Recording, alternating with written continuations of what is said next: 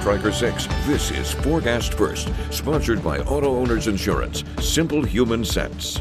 We begin today with a major traffic tie-up across mid-Michigan. Our traffic tracker showing the areas impacted. Basically 96 on the westbound lane at around Okemos Road back is closed because of vehicle fire and a couple accidents in that area. We're, of course, sending crews out to investigate that for us, but just avoid that area if you can. In terms of weather, been pretty quiet out there today. The clouds have been increasing, but nothing that's going to cause any problems for the next several hours. Just a couple light sprinkles now moving north of the state line. Some of that may dry up. Future radar doesn't have a whole lot happening through around 10 or 11 o'clock, but things will get active late tonight and into tomorrow. Temperatures currently sitting in the lower 60s, so it feels nice, but quite a bit different than it was yesterday. Tonight's forecast, temperatures in the mid 40s through early tomorrow morning as rain builds in and maybe a couple of thunderstorms. We'll talk about the rainfall and the weekend forecast coming up. 6 News at 5 starts right now. WLNS is here for you, celebrating 75 years of bringing you the news with 6 News at 5. Drug-related deaths in Ingham County dropped by nearly 40% in 2024. It's our top story at 5. Thank you for joining us. I'm Siobhan Klepfer. Sherry is off tonight. Sparrow released its annual drug report this morning, and it shows decreases in drug deaths all across mid-Michigan, especially in Ingham County. Zach Priest spoke with experts today about why fewer people are dying and how to stay safe yourself. Zach? And that drug report has some really good news. 6 of the 7 counties for which Sparrow serves as Office of the Medical Examiner saw drug-related deaths drop compared to 2023. It's been such a great thing to see that we're trending in the right direction. We're really glad to start seeing these numbers start to come down. It looks like it's been the lowest it's been pretty much since the epidemic first hit. According to the Forensic Pathology Office at Sparrow Health, there were 51 fewer drug-related deaths in Ingham County in 2024 compared with the year before. Some experts think a societal shift in how we view addiction. It seems like we're kind of dismantling the old addiction stigma, and we're starting to really look at addiction, alcoholism in a whole different light, and one that we're seeing them as sick rather than criminals. And overall, through Clinton, Eaton, Ingham, Ionia, Isabella, Livingston, and Shiawassee counties, there were 57 fewer drug-related deaths in 2024 than there were the previous year. Local rehabilitation facilities are encouraged, but know there's work to be done. Always be something that people try to escape. The easiest drug of them all is alcohol, and we don't even view it like that. This is not the end. This is the beginning. Now we have to look at this even wider.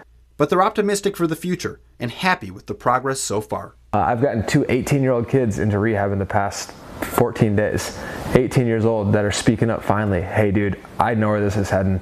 I know what's gonna happen if I stay on this path. I need help right now. That's cool. That's a stigma break right there. And if you or someone that you know is currently struggling with substance abuse, you can call the number on your screen, which will connect you with Corey's organization, the Rise Recovery Community. You can also go to the Scene on 6 at WLNS.com for additional resources.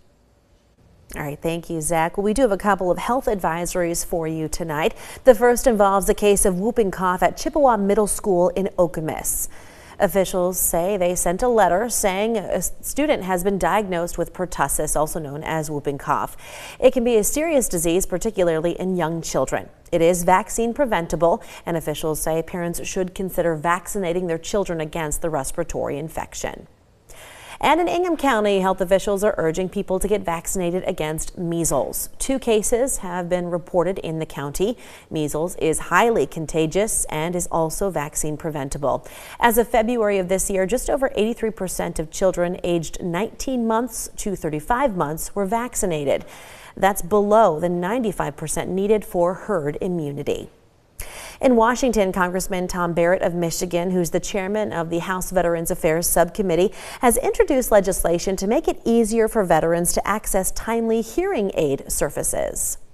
The legislation is called the Veterans Hearing Health Expansion Act. Under current policy, the VA Community Care Program covers audiologists but excludes licensed hearing aid specialists, and those are professionals qualified to fit, adjust, and repair hearing aids. The new bill would change that by allowing veterans to seek care from those specialists in their local communities. Supporters say it will make getting the services they need faster and more convenient. Moms across the state of Michigan converged on the Capitol today. They came together to celebrate their successes and plan for a future that's safer for moms-to-be, new moms, and their little ones. 6 News reporter Sydney Sutliff is here for you tonight with what they hope to accomplish. Samika Douglas is a mother of 6. She's marching for the 2 C-sections she had that she says could have been stopped.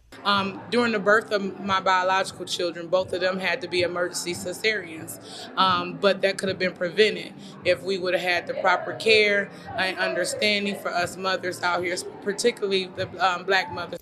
The CDC says 80% of all pregnancy-related deaths are preventable, and Black mothers are 3 times more likely to experience pregnancy-related deaths.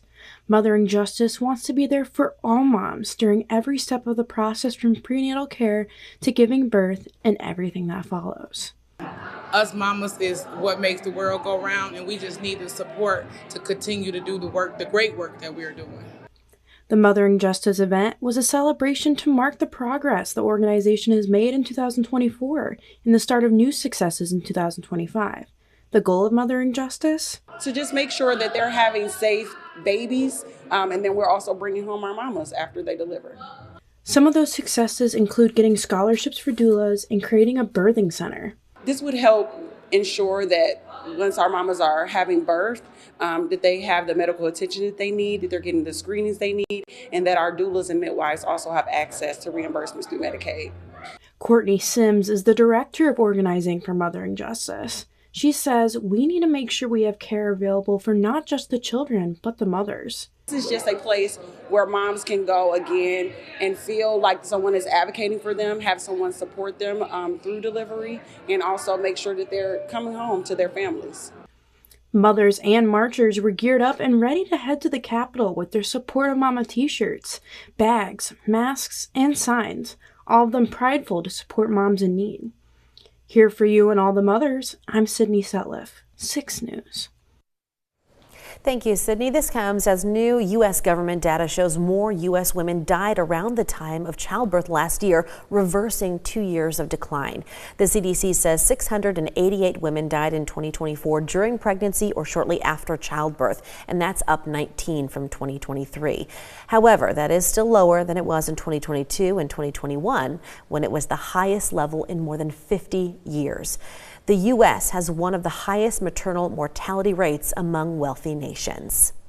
On the mental health front now, the Trump administration is moving to cancel $1 billion in school mental health grants, saying the awards reflect the priorities of the previous administration. Grant recipients were notified Tuesday that the funding will not be continued after this year. A gun violence bill signed by Democratic President Joe Biden in 2022 sent $1 billion to the grant programs to help schools hire more mental health workers.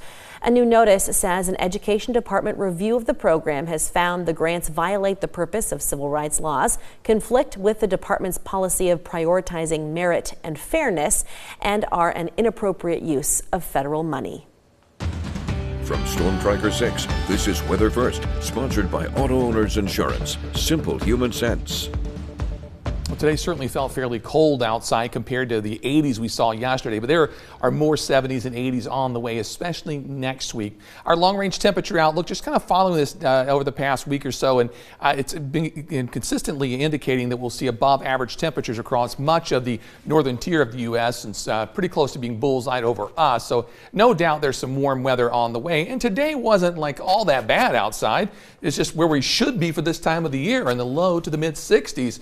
Our days below average are going to be Friday and Saturday, and then look at next week. By next Tuesday, we're in the mid 70s. We're close to 80 degrees next Wednesday and Thursday, and we only fall a few degrees by the end of next week. We've got some rainfall on the way too, and that's good news. We could use a little bit. Some areas across lower Michigan may see up to an inch or more of rainfall accumulation. Others may see at least a quarter to a half an inch, especially where we get some of those thunderstorms to show up.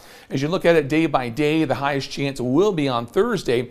Friday, just a few spotty showers out there, and there's a little green, but I think it should be primarily south of the state line for Saturday. And then Sunday and Monday are looking good with lots of sunshine and warmer temperatures on the way.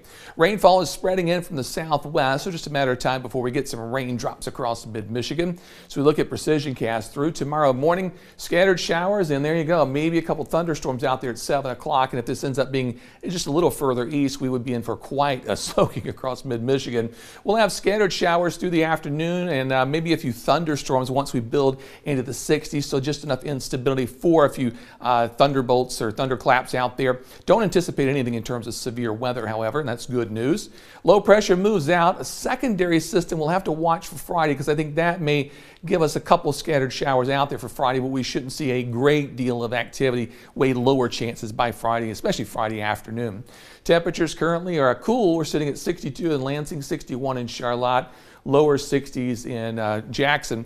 On the Skyview Network today, the McLaren cam, our temperature is at 64 degrees. That is our high. 38, the overnight low. Got kind of cold out there this morning. On the Grand Ledge cam, we've got cloudy skies now. Temperature at 64. This morning's low, 36. Winds a lot lighter today than what we had out there yesterday. Here's the view on the Jackson cam where cloud cover is thickening up. Temperatures at 62 degrees. Morning low down to 35. Kind of a frosty start, at least across portions of Jackson County. In Hillsdale, we're at 61 degrees after a high today, all the way up to 64, and no rain, at least so far this evening. Temperature-wise tonight, mid-40s with scattered showers moving in. Then for tomorrow, we've got scattered showers and maybe a couple of isolated thunderstorms. Temperatures tomorrow will top out in the mid-60s, a little bit above average. The 6-day forecast, rain chances begin to dwindle on Friday. Saturday and Sunday look good, although cool on Saturday and Sunday morning. Next week, starting Monday, we're in the 70s, mid-70s Tuesday. Looks great Wednesday and Thursday. Unfortunately, that system we were watching for Friday and Saturday looks a little bit slower, so now it's on Saturday and Sunday. I'm sure that'll change a little bit. Hopefully, we'll squeeze in some dry time. Okay, but either way, it's a beautiful looking for you. We really can't complain. Oh, no. It's warm. The grass is green. Birds are chirping. Life is good. Life is really good. Thank you, David. Coming up here on 6 News at 5.